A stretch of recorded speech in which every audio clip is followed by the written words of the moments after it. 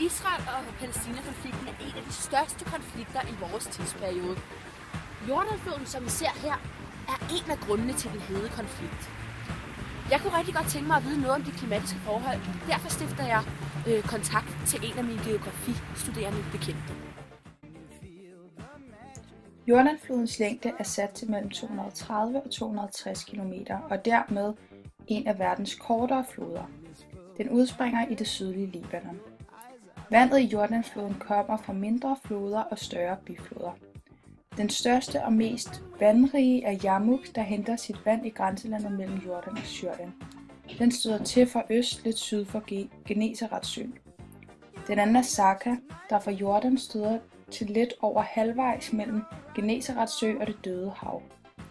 Biflodernes tilførsel af vand øger flodens samlede vandføring frem mod udløbet. For godt 25 millioner år siden begyndte den arabiske plade og den afrikanske plade en adskillelse, der langt fra er færdig. De to plader havde været forbundet siden superkontinentet Pangeas dannelse. Denne opsplitning har udviklet et langstrakt system af sprækker og forsænkninger på en godt 600 km lang strækning.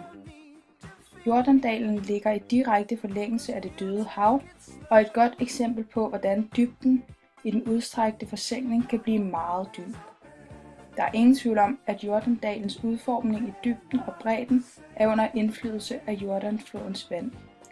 Men i det store perspektiv er dalens udformning kun i begrænset omfang påvirket af det strømmende vand. Jeg er taget ud for at interviewe klimaekspert Pernille Holm.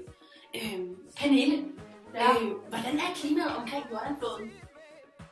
Jordanfloden ligger omkring 3.500 km fra ækvator og er derfor ikke en af de varmeste områder på jorden.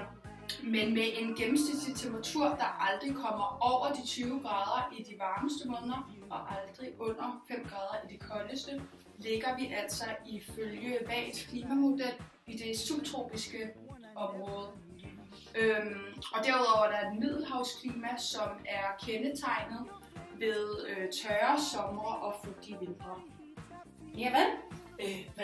Nu når der er et subtropisk klima, hvordan er vegetationen så i området?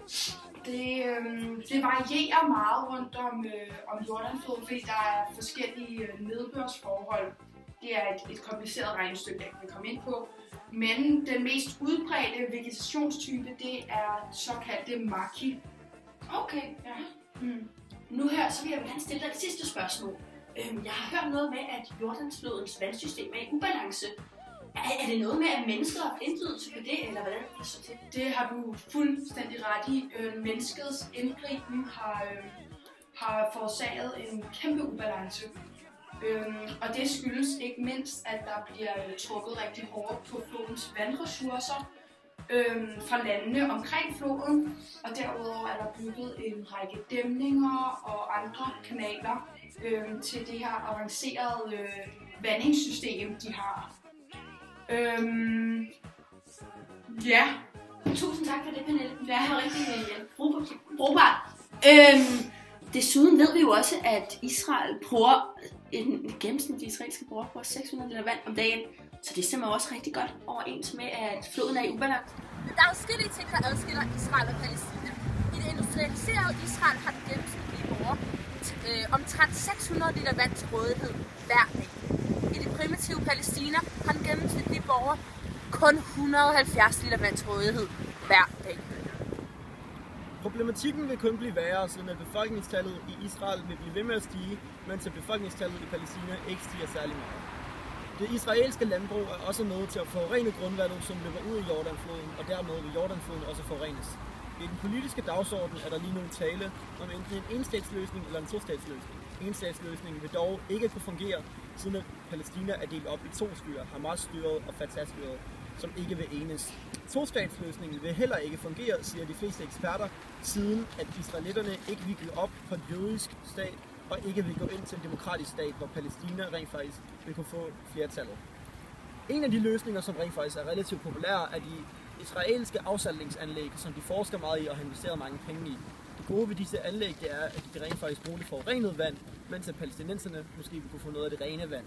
I dag er der rent faktisk næsten halvdelen af det israelske drikkevand, som er fra afsaltningsanlæg. Er der en løsning til den vandkonflikt? Det er svært at svare på.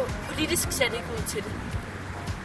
Men heldigvis kan det være, at der er nogle teknologiske opdagelser, som kan sikre Jordansfloden sin overlevelse.